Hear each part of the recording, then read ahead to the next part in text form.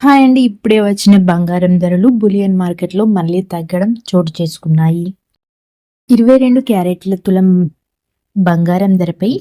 650 తగ్గి రూ. 1,12,250కు చేరింది.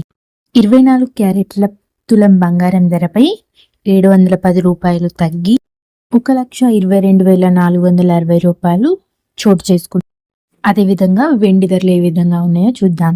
వెండి ధరలు కూడా చాలా వరకు తగ్గాయి.